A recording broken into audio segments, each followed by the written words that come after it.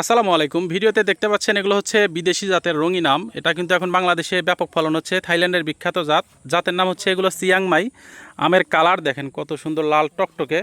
এগুলো কিন্তু এখন বাংলাদেশের মাটিতেই ব্যাপক ফলন হচ্ছে। হ্যাঁ, এই যে আমগুলো দেখেন খুবই কালারফুল। আর এই যে এই গাছগুলো আজকে আমরা যমুনা এগ্রো থেকে ডেলিভারি করতেছি। এগুলো যাবে ব্রাহ্মণবাড়িয়াতে, এক প্রবাসী ভাই অর্ডার করেছিলেন।